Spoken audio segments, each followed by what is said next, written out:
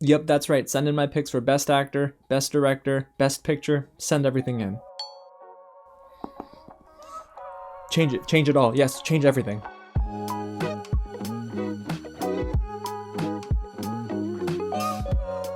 What's going on, you guys? James here with another real review of a film that I am so excited to finally talk about, Judas and the Black Messiah. I saw it at this year's Sundance thanks to my good friend Zach Pope, and it's directed by Shaka, and it's his first feature-length film since 2013's Newlyweds, and it's starring Daniel Kaluuya, LaKeith, Stanfield, and Dominique Fishback. There are many more actors and actresses we're going to talk about, guys, but those three, that's the core of the film. Now, if you don't know much about this movie, it centers around the story of Fred Hampton, the chairman of the Illinois chapter of the Black Panther Party, and the lead up to his eventual assassination by police. It's a very poignant story. It's impacting, okay, guys? It's tough to put into words. I had to sit with this script that I wrote for about, maybe 5 or 6 hours, but trust me, this movie is going to be a must-watch. Now, before I get into what I loved about the film, if it is your first time here at the channel, guys, welcome to Real James, where I review movies early like this all the time. So if you don't want to miss out, go ahead and hit the big red button below, subscribe to the channel, and tap on that bell so you'll be the first one in the comments, and we can have a conversation about everything movies and TV. And if you haven't, guys, smash that like button and get loud in the comments and let me know, when you see this film, did you love it? Or if you haven't, are you very excited for this movie? And like I said in the cold open, this is going to shake up award season. So let's get into my first major takeaway from this film, and it's the fact that it moved me. And it's not every day that a movie really touches me just like this. I sat in my chair for probably an hour after the end credits ran, just kind of sinking my teeth into everything I just watched. And that emotional impact that the film had on me is due in large part to the timeliness of the movie in today's climate. After last year, which was a whirlwind for so many, we were dealing with the pandemic, and we were dealing with unjust killings of many black men and women like George Floyd, Breonna Taylor, and in this movie, it's crazy to say, but boy, it really does speak to a lot of what's going on today, even though it's telling the story of Fred Hampton's death years ago. Now let's dive into our core cast, led by Daniel Kaluuya, who played Fred Hampton. He is the clear standout here. And outside of Chadwick Boseman's performance in Ma Rainey's Black Bottom, I do believe that Kaluuya deserves the Oscar for Best Actor. His performance is electrifying, and he captivated me every time he gave a speech or he was just simply speaking in conversation. Of course, his big Oscar moment was the "I am a revolutionary" speech. It's crazy because I was watching this at home, guys, and I swear that speech was reverberating off of every wall in the house.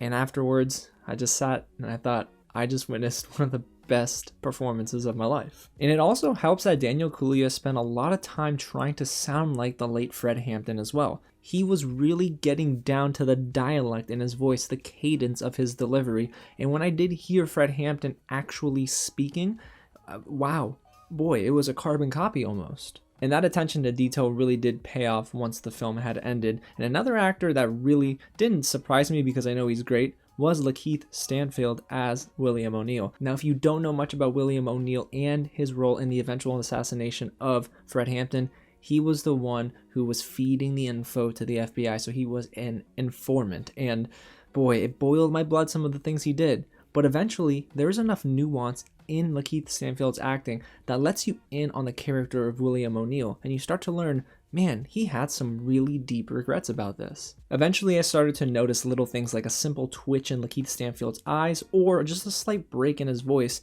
that you can tell he's hurting and also conflicted, knowing he's working for the FBI to hurt the Black Panther Party. It was just a great casting decision to have LaKeith Stanfield play in this role, because when they used actual interview footage of William O'Neal speaking to PBS with the Eyes on the Prize interview, that's when I knew, okay, they spend time getting every actress and actor to really not only look, sound, but also act like their counterpart, the person that they're representing. So just bravo to the casting department. Then there's one actress that I really hope doesn't get overlooked here, and that is Dominique Fishback as Deborah Johnson, Fred Hampton's life partner. And the reason I don't want this performance to get overlooked is because yes, she's more in the supporting actress role, but she is so important to the film because she grounds the movie, and all of the important moments that help add another layer to Fred Hampton's character are because of Dominique Fishback. Those scenes allow the story to feel tender amid all of the tragedy, and the one moment that really struck a chord with me was when Dominique Fishback was reading poetry to Daniel Kaluuya in bed. It was breathtaking, and then I learned in a Q&A afterwards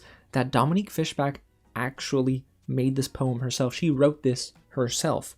And that is not only authentic, but that's why I think that scene was just so much more real. So yes, Dominique Fishback is the glue that holds this film together, but even outside of our main cast, guys, there are supporting roles that are really solid. An actor that I absolutely love, Jesse Plemons. When I first saw him in Breaking Bad, of course, I knew he'd be a star, but in this film, he does a decent job, actually a little bit more than just a decent job, as an FBI agent that is working with LaKeith Stanfield to, of course, get him to infiltrate the Black Panther Party. He's very good in this role. Now, he's not the best, but that's okay because he has to let everyone else shine. And then there's Martin Sheen as J. Edgar Hoover, who is a vile man, as we know. But Martin Sheen made me just get so angry at the screen, which was the point and the intention, of course, of his performance. And then there's Ashton Sanders, who I was so over the moon to see in this film. I love him as an actor, and I want to see him in more lead roles. Yes, he didn't get much screen time here. That's okay, I guess. But when he did, boy, he captured my attention. And the list goes on, but guys, I was so darn impressed by every single actress and actor here. Now, let's get into the direction and writing for the film. They work perfectly in harmony together. Shaka King directed the heck out of this movie, guys, and there is a certain pace to this film where it actually makes it feel, yes, very tense, but there's also room to breathe. And I think there's an important balance there that Shaka King finds, and you can tell he really poured his heart and soul into this film. He was also able to get the best out of the talent on screen, and his work with cinematographer Sean Bobbitt behind the lens was able to really help fully engross me in this movie. There were so many scenes that I can remember saying, oh my god, I love this shot. And it happens more often than not, and I think that is a testament to the love and care put into every single frame. And guys, there are some scenes in here, like the camera work made me feel cramped even though I'm watching it in my wide open room, so go figure. And the build up to that penultimate scene in the third act was horrifying, to say the least, but it was effective. And then there's the score, which was also out of this world, and y'all know I love music in my movies, and here in Judas and the Black Messiah, boy, it just made my heart sing. The way that they were able to compound jazz elements along with so many different, I don't know, instruments that really kind of made me feel a little scared in a way. It was really adding to certain scenes where I felt like I might have been sweating, where my collar on my shirt was getting close to my neck. You know that feeling, guys. And it was just really put on display here in this film. Now, while I am giving this movie a 5 out of 5. There's something that didn't work as well for me in that third act. When the story sort of downshifts and all that tension is released just before the final 15 minutes of the film, I don't think that the pacing was very even. And unfortunately, there is where the movie felt like maybe it was dragging just a tad, and I got worried because usually that doesn't happen in a great film in the third act, but it made up for it in that final 20-minute stretch. So yes, while the story had a little bit of an issue in that third act, I don't think it was necessarily a deal breaker, but it was noticeable. And I also wish we had more moments that helped us see the vulnerable side of Fred Hampton. This would have helped the script feel a little bit more three-dimensional. Instead, we don't necessarily get too many moments with Dominique Fishback and Daniel Kaluuya, and that's okay, I guess, for the direction where the story was heading, but the moments we did get were great. I just wish we got more of them because it helped give us a different side of Fred Hampton. While I understand the story that it was centering around his eventual assassination, I kind of want to learn more about Fred Hampton because for me this was educational, and I'm sure I'm not the only one that doesn't know much about Fred Hampton's past. But overall, you guys, Judas and the Black Messiah is a breathtaking cinematic masterpiece. Shaka King has himself what will probably be his career highlight, and this is Daniel Kaluuya's best performance to date.